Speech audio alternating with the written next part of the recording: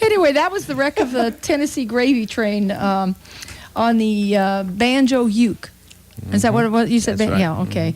So does it have nylon strings? Nylon strings, yes. I don't want to be too bluegrass about it. No, not at all. I thought it was interesting when you were talking about the gut strings on the... You have to play the songs with a skin head and gut strings. You have to have the songs be short because the instrument won't stay in tune very long. That's right. That was great.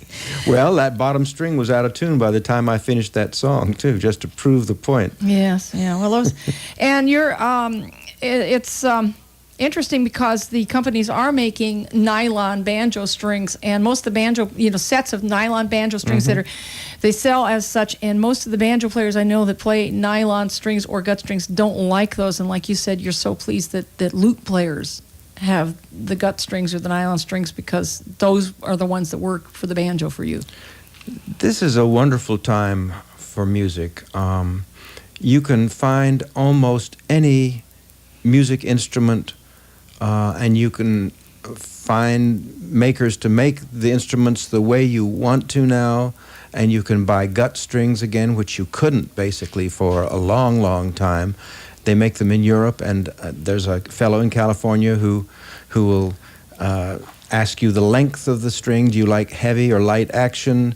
And what pitch you want to put it on, and then he'll send you the proper string for that, My goodness. It's absolutely wonderful time, and the musicians are better and better. Yeah. It's just an amazing time, and the problem is that there aren't enough stations like this which will play some of the diversity of music that there is, and let us know in America who we really are. All they'll do is play, the top 5 or the top 10. Well, thanks for saying that. That means a lot to us because that's one of the things we try to make our listeners aware of, especially here. You said last night on stage, how many radio stations are there? And I knew you meant public stations that play this stuff. There are 4 that are heard here. One of them is over the hill, but it's heard here, and they play, the folk and the acoustic, and it's just great. It is rare.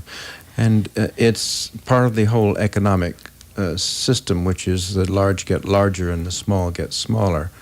So we just have to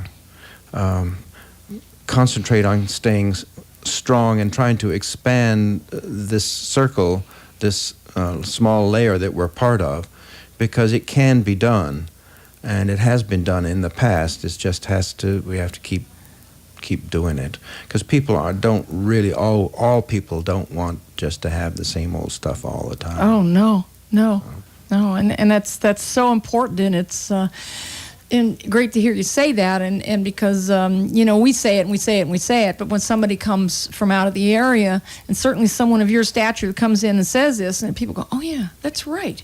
They have to be reminded every now and then. And people don't realize here in Santa Cruz how lucky they are to have these stations. Did you drive or fly to come out?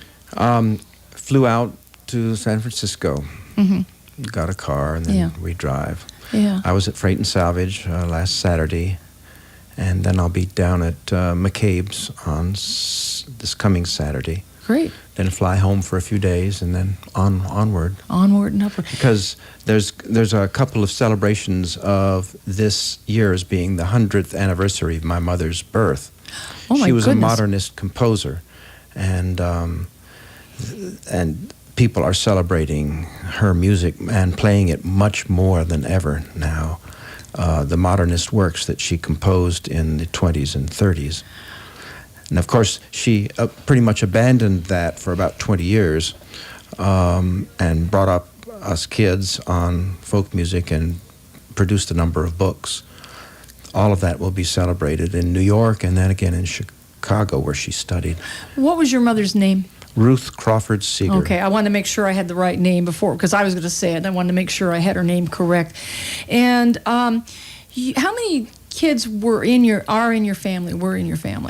Well, my father had a previous marriage, which was, the children were Charles, John, and Peter, and then married my mother, and I'm the oldest of that batch. How many kids were there? And I have 3 younger sisters, Peggy, Barbara, and Penny. And that is another cut from Ginny Hawker. That's what she is calling, where did I put it? The Palace Garden? Palace Grand. Grand. And I remember that song with another title by Joan Baez, and she called it Lady Mary, but it's the same song, you know. And I know that all these songs have different versions and variants and that kind of thing. I mean, you, of all people, could give a whole discourse on how that works, you know, and I assume you do from time to time. I'm not very good at that, actually. I tend to be more involved with just the sounds. I wish I did know more about the songs. And every now and then, I do learn. Yeah.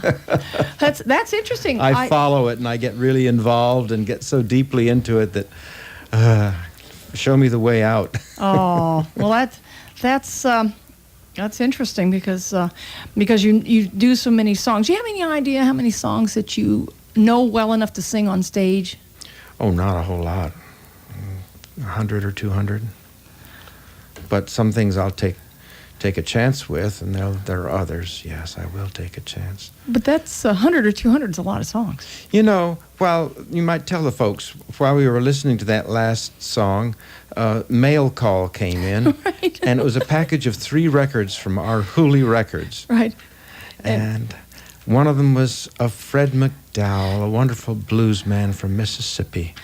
Right, and we're going to stick something on here, and I'll let you pick out what song you think we should play. I love to hear Fred McDowell and Johnny Woods play slide guitar and harmonica together.